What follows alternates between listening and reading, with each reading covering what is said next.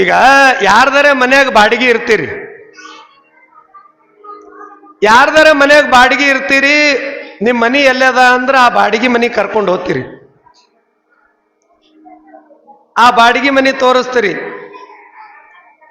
ಒಂದೇ ಗಾಡಿ ಇಡಷ್ಟೇ, compound, sit out, hall, 1 BHK single bedroom, kitchen, bedroom ತೋರಿಸ್ತೀರಿ. ಅಟ್ಯಾಚ್ ಬೆಡ್ರೂಮ್, ಅಲ್ಲೇ ಉಣೋದು ಅಲ್ಲೇ. ಒಂದು ಕಾಲಕ್ಕೆ ಹೆಂಗಿತ್ರಿ ರಾಜವಣ್ಣವ್ರೆ, ಮನ್ಯಾಗ ಉಂಡು 1 ಕಿಲೋಮೀಟರ್ ಮೇಲೆ ಇದಕ್ಕೆ ಹೋಗ್ತಿದ್ರಂತ ಹಳ್ಳ್ಯಾಗ. ಈಗ ಹಂಗಿಲ್ಲ, ಹೊರಗೆ ಉಣೋದು ಮನ್ಯಾಗ ಬಂದು. ಈಗ ಉಲ್ಟಾಗಿ ಇರ್ಲಿ. ಆ ಮನಿ ಎಲ್ಲ ತೋರಿಸ್ತೀರಿ, ಇದು ನನ್ನ ಮನಿ ರೀ. ಲಾಸ್ಟಿಗೆ ಏನಂತೀರಿ, ಕೆಳಗೆ ಬಾಡಿಗೆ ಕೊಟ್ಟಾರ, ಮಾಲಕ್ ಮ್ಯಾಲ ಇರ್ತಾನ. ಮಾಲಕರು ಮ್ಯಾಲ ಅದಾರ, ನಮಗೆ ತೆಳಗ್ ಕೊಟ್ಟಾರ ಅಂತ ಹೇಳ್ತೀರಿ. ಅದು ನಿಮ್ಮ ಮನಿ ಅದ ಏನು? ಇಲ್ಲ. ಮತ್ ತೋರಿಸಿದ್ರಿ ಯಾರ ಮನಿ? ಅವ್ರ ಮನ್ಯಾಗ ರೊಕ್ಕ ಕೊಟ್ಟು ಕಿರಾಯಿ ಅದೀವಿ. ಅದಕ್ಕೆ ಹೇಳ್ತಾನವ ಕವಿ, ದೇವರ ಮನೆ ಇದು ಈ ಜಗವೆಲ್ಲ, ಬಾಡಿಗೆದಾರರು ನಾವುಗಳೆಲ್ಲ. ಸೊಮ್ಮ ಹೆಸರಿಗೆ ಅದೀವು ನಾವು. ಉಪಜೀವನ ಮಾಡ್ಲಿಕ್ಕೆ ಬದುಕು ಕೊಟ್ಟಿದ್ದಾನೆ, ಜೀವನ ಕೊಟ್ಟಿದ್ದಾನೆ. ಖಾಯಂ ನಂದಂದಿ ನಿನಗೆ ನುಂಗು ಬಿಡ್ತದ. ಹೆಂಡತಿ ನನ್ನಕ್ಕಿ ಅನುಬ್ಯಾಡೋ, ಅಕ್ಕಿನ ಬೆನ್ನ ಹತ್ತಿ ತಿರುಗಬ್ಯಾಡೋ. ಹಿರಿ ಹಿರಿ ಹಿರಿ ಹಿರಿ ಹಿಗ್ಗಬ್ಯಾಡೋ, ನಿನಗೆ ಹರ್ಕೊಂಡು ತಿಂತದ ಅದು ನೋಡು. ಒಬ್ಬ ಕವಿ ಹೇಳ್ತಾನೆ, ಭೂಮಿ ನಿನ್ನದಲ್ಲ, ಹೇಮ ನಿನ್ನದಲ್ಲ. ಹೇಮ ಅಂದ್ರೆ ಹೌದ್ರಿ, ಭೂಮಿ ನಿಮ್ದಲ್ಲ ಅಂದ್ರಿ. ಬಂಗಾರ ನಮ್ಮ ಮನ್ಯಾಗ 2 ಕಿಲೋ ಬಂಗಾರ ಇಟ್ಟಿದ್ದೇವ್ ನಾವು. 1 ತೊಲಿಗೆ 1 ಲಕ್ಷ ಮ್ಯಾಲಾಗ್ಯದ. ನಮ್ಮ ಮನ್ಯಾಗ ಬಂಗಾರ ಎಟ್ಟು ಬೇಕಾಗ್ತದ, ನಮ್ಮ ಹೆಸರಲ್ಲೇ ನಾವು ತಂದಿದ್ದೆವು, ನಾವು ಗಳಿಸಿ ತಂದಿದ್ದೆವು. ನಂದಲ್ಲಂದ್ರೆ ಹೆಂಗ್ರಿ? ನಾ ಹೇಳಿಲ್ರಿ, ಅಲ್ಲಮ ಪ್ರಭುಗಳು ಹೇಳಿದ್ದಾರೆ, ಹೇಮ ನಿನ್ನದಲ್ಲ. ನೋಡ್ರಿ, ಬಂಗಾರ ನಿಂಬಲ್ಲಿ 1 ಕಿಲೋ ಅದ ಅಂತ ಹೇಳಿ ಶರಣನ್ ಜಾತ್ರೆಗೆ ಹಾಕೊಂಡು ಹೋದ್ರಿ ಅಂದ್ರೆ ಹಿಂದ ಕಾಡ್ರು ಬೆನ್ನು ಹತ್ತಾರೆ. ಅದ್ರಲ್ಲಿಂದ ನಿಮಗ ಅಪಾಯ ಅದ, ಅಪಾಯ, ಡೇಂಜರ್. ಅದಕ್ಕೆ ಅವ್ರ ಅನೌನ್ಸ್ಮೆಂಟ್ ಮಾಡ್ತಿರ್ತಾರೆ ಜಾತ್ರೆಗೆ, ಒಡವೆ ವಸ್ತ್ರಗಳಿಗೆ ನೀವೇ ಜವಾಬ್ದಾರರು, ಮಕ್ಕಳು ಕೈ ಬಿಡದಂತೆ ನೋಡಿಕೊಳ್ಳಿರಿ, ಕಿಶೆಗಳ್ಳರು, ಜೇಬಗಳ್ಳರು. ನೋಡ್ರಿ, ಕಾರಿಕೆನಾರ, ಬಾಳೆಹಣ್ಣು, ತೆರಿಗೆ ಹೊಡಿಬಾರ್ದು, ಎಸಿಬಾರ್ದು. ಹೌದಿಲ್ರಿ? ಹಿಂಗೆಲ್ಲ ಅನೌನ್ಸ್ಮೆಂಟ್ ಮಾಡ್ತಿರ್ತಾರೆ. ಯಾಕಂದ್ರೆ ನಿಮ್ಮ ರಕ್ಷಣೆಗಾಗಿ ಇವೆಲ್ಲ ದುಃಖ ಕೊಡ್ತವೆ. ಹೌದ್ರಿ, ಭೂಮಿ ನಿಮ್ದಲ್ಲಂದ್ರಿ, ಬಂಗಾರ ನಿಮ್ಮಂದಲ್ಲಂದ್ರಿ. ಮತ್ ಕಾಮಿನಿ, ಕಾಮಿನಿ ಅಂದ್ರೆ ಮಡದಿ, ಹೆಂಡತಿ. ಹೆಂಡತಿ ನನ್ನವಳಲ್ಲಿಲ್ಲ ಅಂದ್ರೆ ಮತ್ತೇನ್ ಅನ್ಬೇಕು? ಚಂದ ಬಿಸಿ ರೊಟ್ಟಿ ಮಾಡಿ ಕೊಡ್ತಾಳ, ಬಟ್ಟಿ ಒಗಿತಾಳ, ಇಸ್ತ್ರಿ ಹೊಡಿತಾಳ. ರೀ ರೀ ಅಂತ ಹೇಳಿ ನೀವು ಬರತನ ಊಟ ಮಾಡಂಗಿಲ್ಲ, ಅಡಿಗೆ ಮಾಡ್ಕೋತ ಹಂಗೆ ಉಪ್ಪು ಆಗ್ಯದಿಲ್ಲ ಅಂತೇಳಿ ಹಂಗೆ ಸುರೇದೆ, ಅರ್ಧ ಹೊಟ್ಟೆ ಅಲ್ಲೇ ತುಂಬಿರ್ತದ. ಮತ್ತೆ ಇಷ್ಟೆಲ್ಲ ಜೀವ ಅದಾಳ ಹೇಳ್ತಿ, ಹೆಂಡತಿ ನಿನ್ನವಳಲ್ಲಂತ ಹೆಂಗ್ ಹೇಳ್ತೀರಿ? ನಾ ಹೇಳಿಲ್ಲ, ಅಲ್ಲಮ ಪ್ರಭುಗಳು ಹೇಳಿದ. ಮೊದಲೇ ಹೇಳಿ ನಿಮಗ್, ಕಾಮಿನಿ ನಿನ್ನವಳಲ್ಲ, ಮಡದಿ ಮಾಡುವಳು ಕಡು ಪ್ರೇಮದಲ್ಲಿ. ಉಂಡು ಉಡುವುದು ತಂದು ಕೊಡು ತನಕ, ಉಂಡು ಉಡುವುದು ತಂದು ಕೊಡದಿದ್ದ ಕಾಲಕ್ಕೆ ಕಡದಾಡಿ ಬರುವಳು ಬಾಗಿಲಕ್ಕ. ಏನರೆ ತಂದ್ರಿ ಅಂದ್ರೆ ನಿಮ್ಮವ್ರು ತಿಂಗಳಿಗೊಂದು, ಜಾತ್ರೆಗೊಂದು, ಹುಣ್ಣಿ ಅಮಾಸಿಗೊಂದೊಂದು ಸೀರೀಸ್ ಕೊಟ್ರಂದ್ರೆ ನಮ್ಮ ಮನೆಯವ್ರು ಭಾರಿ. ಹೆಂಡತಿ ಎಲ್ಲಿ ತನಕ ಅಂತ ಕೇಳಿದ್ರೆ ತಂದು ಕೊಡೋ ತನಕ. ಹೆಂಡರು ಮಕ್ಕಳು ಎಲ್ಲಿ ತನಕ? ನೀ ಚಂದ ತಂದು ಉಡ್ಲಕ್ಕ ಉಳ್ಳಕ್ಕ ಎಲ್ಲ ತಂದು ಕೊಡ್ತಿ ಅಂತ ಹೇಳಿ ಜೀವ ಮಾಡ್ತಾರ. ಸ್ವಲ್ಪ ತಂದು ಕೊಡೋದು ಬಿಡು, ನಿನ್ನ ಮ್ಯಾಲಿನ ಪ್ರೇಮ ಹೋಗ್ತದ. ಬಹಳಷ್ಟು ಜನ ಹೇಳಿದ್ದಾರೆ. ಪುರಂದರದಾಸರು ಹೇಳ್ಯಾರ, ಹೆಣ ಅಂತ ಅಂಜುತ್ತಾಳೋ ಹೆಣತಿ. ಯಾರು ಬರ್ತಾರ ಸತ್ತವ್ರ ಸಂಗಟ? ಯಾರು ಸಾಯ್ತಾರ ಹೇಳ್ರಿ? ಒಂದು ಕಾಲಕ್ಕಿತ್ತು ಗಂಡ ಸತ್ತ ಅಂದ್ರೆ ಬೆಂಕಿ ಹಾರಿ ತಾನು ಸಾಯೋ ಕಾಲಿತ್ತು. ಈಗ ಯಾರು ಸಾಯ್ತಾರ? 3 ದಿನಕ್ಕೆ ಹೋಳಿಗೆ ಮಾಡಿ ಹೊಡಿತಾರ. ಎಣ್ಣೆ ಹೋಳಿಗೆ, ಹೂರುಣ ಹೋಳಿಗೆ ಮಜಾ ಮಾಡ್ತಾರ. ಅಣ್ಣ ತಮ್ಮ ಅಕ್ಕ ತಂಗಿ ಎಲ್ಲಿ ತನಕ ಇದ್ರ ತಿನ್ನೋ ತನಕ ಯಾಕೆ ಬಡದಾಡ್ತೇವೋ ತಮ್ಮ? ಮಾಯಾ ಮೆಚ್ಚಿ ಮೋಹ ಮೆಚ್ಚಿ ಸತ್ತಾಗ ಬರುವರ್ ತಮ್ಮ, ಕುಣಿ ತನಕ ಮಣ್ಣು ಮುಚ್ಚೋ ತನಕ. ಕೂಡ್ರಿ ಅವ್ ಕೂಡ್ರಿ, ಗದ್ಲ ಮಾಡಬೇಡ್ರಿ. ಬರೋದೇ ತಡ ಮಾಡಿ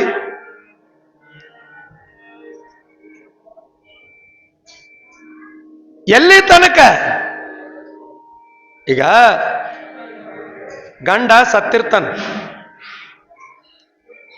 ಗಂಡಗ್ ಒಯ್ದು ಕುಣ್ಯಾಗ ಇಡ್ತಿರ್ತಾರ.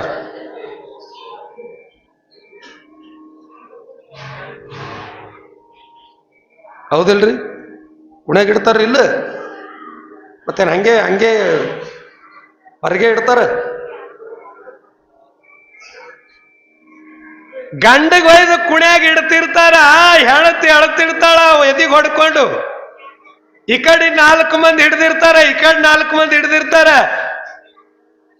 ಯವ್ವ ಅವನಿಗೆ ತೆಗೀರೇ, ಯವ್ವ ನನಗಿಡ್ರೇ ಯಾಕ ಹುಡ್ಕೋತಿರ್ತಾಳೆ. ಎದಿ ಎಡ್ಡು ಕೈ ಹಿಡ್ದಿರ್ತಾರ. ಏನು ಒಳಗೆ ಹಾರ್ದಂಗ್ ಮಾಡ್ತಿರ್ತಾಳ.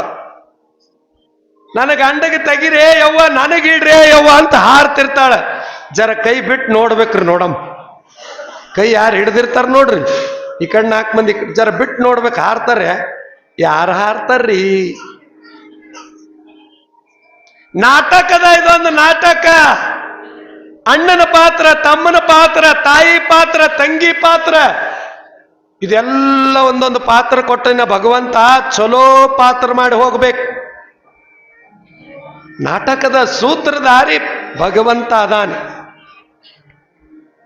ಅಲ್ಲಮ ಪ್ರಭುಗಳು ಹೇಳ್ತಾರ, ಜೋ ದಿಕ್ತಾ ಹೇ ಓ ದುಃಖ ದೇತಾ ಹೇ. ಯಾವಾಗ ಕಣ್ಣಿಗೆ ಕಾಣ್ತದ ಅದು ನಿನಗೆ ದುಃಖ ಕೊಡ್ತದೆ. ಯಾವಾಗ ಕಣ್ಣಿಗೆ ಕಾಣಂಗಿಲ್ಲ ಅದು ಆನಂದ ಕೊಡ್ತದೆ. ಇಷ್ಟೆಲ್ಲ ಹೇಳ್ತಾರ ಅವರು. ಭೂಮಿ ನಿಂದಲ್ಲ, ಹೇಮ ನಿಂದಲ್ಲ, ಬಂಗಾರ ನಿಂದಲ್ಲ, ಹೆಂಡ್ರು ನಿಂದಲ್ಲ, ಮಕ್ಕಳು ನಿಂದಲ್ಲ, ಮತ್ತೆ ನಿನ್ನದನ್ನೋದು ಯಾವುದು? ಯಾವುದು ನಿಂದ ಹೇಳ್ತಾರ ಅವ್ರು. ನಿನ್ನದೊಂದು ರತ್ನ ಅದ, ನಿಂದೊಂದು ಒಡವೆ ಅದ. ಅದು ಯಾವುದು ಅಂತ ಕೇಳಿದ್ರ ಜ್ಞಾನ. ಜ್ಞಾನ ರತ್ನವನ್ನು ಅಲಂಕರಿಸಿದೆ ಯಾದೊಡೆ ನಮ್ಮ ಗುಹೇಶ್ವರ ಲಿಂಗದಲ್ಲಿ ನಿನಗಿಂತ ಸಿರಿವಂತರು ಯಾರು ಇಲ್ಲ. ಈಗ ಹೊರಗಿನ ದೇಶದಾಗ ನಿಮ್ಮ ಮಕ್ಕಳು ಓದಲಿಕ್ಕಿರ್ತಾರೆ, ಸಾಫ್ಟ್ವೇರ್ ಇಂಜಿನಿಯರು, ಡಾಕ್ಟ್ರು. ಅಮೇರಿಕದಾಗ ತನ್ನ ಹೆಂಡ್ರ ಮಕ್ಕಳು ತಗೊಂಡು ಓದಕ್ಕಿರ್ತಾನೆ. ಅಲ್ಲಿ ಯಾರು ಬಂಧುಗಳು ಯಾರು ಇರಲ್ಲ, ಅಲ್ಲಿ ಯಾರು ಬೀಗರಿರ್ಲ, ಬಿಜ್ಜರಿರ್ಲ, ದೋಸ್ತರಿರ್ಲ, ಯಾರು ಇರಲ್ಲ. ಅಲ್ಲಿ ಬದುಕು ಮಾಡ್ತಾನ. ಎದರ್ಲಿಂದ? ಜ್ಞಾನ. ಅವ ಕಲ್ತಿರ್ತಕ್ಕಂಥ ಜ್ಞಾನದಿಂದ ಈ ದೇಶದಿಂದ ಪರದೇಶದೊಳಗೆ ಅವನು ಜ್ಞಾನ ಬಿತ್ತರಿಸ್ತಾನೆ. ಅಂದ್ರೆ ಜ್ಞಾನ ದೊಡ್ಡದು. ಜಗತ್ತಿನೊಳಗೆ ಜ್ಞಾನ ಅಂತಕ್ಕಂಥ ರತ್ನ. ಅದಕ್ಕೆ ನಿಮ್ಮ ಮಕ್ಕಳಿಗೆ ವಿದ್ಯಾ ಕಲಿಸ್ರಿ, ಬುದ್ಧಿ ಕಲಿಸ್ರಿ. ನೀವೇಟ್ ಹೈರಾಣ ಆಗ್ತೀರಿ ಆಗಿರಿ, ನಿಮ್ಮ ಹೈರಾಣ, ನಿಮ್ಮ ತ್ರಾಸ ನಿಮ್ಮ ಮಕ್ಕಳಿಗೆ ಬರಬಾರ್ದು.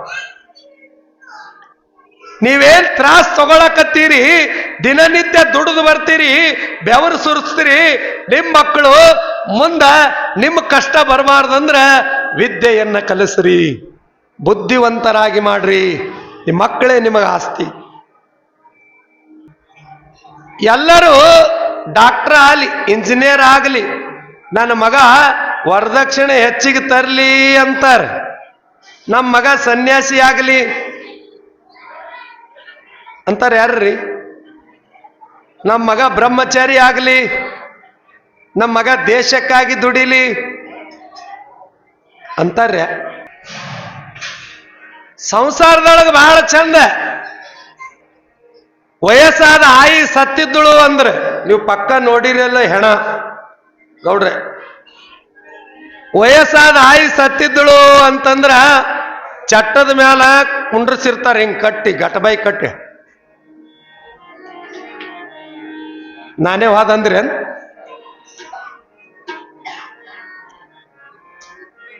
ಆಯಿಗೆ ಕುಂಡ್ರಸಿರ್ತಾರ, 4 ಮಂದಿ ಹೊತ್ಕೊಂಡು ಹೋಗ್ತಿರ್ತಾರ. ಆ ಆಯಿ ಹೆಣ ಪಕ್ಕ ನೋಡಿರೋ ಇಲ್ಲೋ, ಆ ಆಯ್ದು ಹೆಂಗ ಮ್ಯಾಲ ಕುಂತಾಗ ಹೆಂಗ್ ಮಾಡ್ತಿರ್ತದ ಅಂದ್ರೆ ಹಿಂಗ ಆಯ್ದು ಗೋಣ ಹಿಂಗ ಹಿಂಗ್ ಮಾಡ್ತಿರ್ತದ ಗೋಣ. ಮುತ್ಯಂದು ಹಿಂಗ ನೀವು ನೋಡಿರಿಲ್ಲ ಹೆಣ, ನಾ ನೋಡಿನ ಪಕ್ಕ. ಮುತ್ಯಂದ್ ಹಿಂಗ, ಆಯ್ದು ಹಿಂಗ. ಆಯ್ದು ಯಾಕೆ ಹಿಂಗ, ಮುತ್ಯಂದ್ ಯಾಕೆ ಹಿಂಗ ಅಂದ್ರ ಇದ್ದಾಗನು ಬಂಗಾರ ತೊಂಬ, ಸೀರಿ ತೊಂಬ, ಅದ್ ತೊಂಬ, ಇದ್ ತೊಂಬ ಅಂತೇಳಿ ಹೆಣ್ಮಕ್ಳು ಅಂದ್ರೂ ಕೂಡ ಏನ್ರಿ ಆ ಮುತ್ಯ ಸೀದಾ ಸಾಪ್ ನನ್ನ ಕೈಲಿ ಆಗಲ್ಲ, ಸತ್ ಹೆಣ ಆದ್ರೂ ಆಗಲ್ಲ ಅಂತಾನೆ. ತೋಂಬ ಅಂತಾಳಕ್ಕೆ, ಸತ್ ಹೆಣ ಆದ್ರೂ ಇನ್ನ ತೋಂಬ ಸಾಪ್ ನನ್ನ ಕೈಲಿ ಆಗಲ್ಲ. ಮಜಾ ಅದ ಇದೊಂದು ಮಜಾ. ಇದಕ್ಕೆ ಭಾರ ಹೊತ್ಕೋಬಾರ್ದು, ಭಾಳ ವಜ್ಜಿ ಮಾಡ್ಕೋಬಾರ್ದು. ಯಾಕಂದ್ರೆ ಒಟ್ಟಾರೆ ಹೇಳ್ಬೇಕಂದ್ರೆ ನಿಮ್ಮ ಮಕ್ಕಳಿಗೆ ಹುಷಾರು ಮಾಡ್ರಿ. ಜ್ಞಾನ ಅಂತಕ್ಕಂಥ ದೊಡ್ಡದು. ಕೇಳೋ ಜಾಣ ಜ್ಞಾನದಿಂದ ಶಿವ ಧ್ಯಾನ ಮಾಡಂತ ಹೇಳಿದ್ದಾರೆ. ನಿಮ್ಮ ಮಕ್ಕಳಿಗೆ ವಿದ್ಯಾಭ್ಯಾಸವನ್ನು ಕಲಿಸ್ರಿ. ಎಟ್ಟ್ಯಾಕೆ ಹೈರಾಣಾಗಲೆಕ್ಕ ನಿಮಗೆ ಸುಖ ಕೊಡ್ತಕ್ಕಂಥ ಜ್ಞಾನವಂತರ ಆದ್ರು ಅಂದ್ರೆ ನೀವು ಹಿತವಾಗಿರ್ತೀರಿ, ನಿಮ್ಮ ಸಂಸಾರ ಸುಖಮಯವಾಗ್ತದೆ ಅಂತ ಹೇಳ್ತಾ ಈಗ ಒಂದು ಗವಾಯಿಗಳ ಗೀತೆ ಹಾಡ್ತಾರೆ.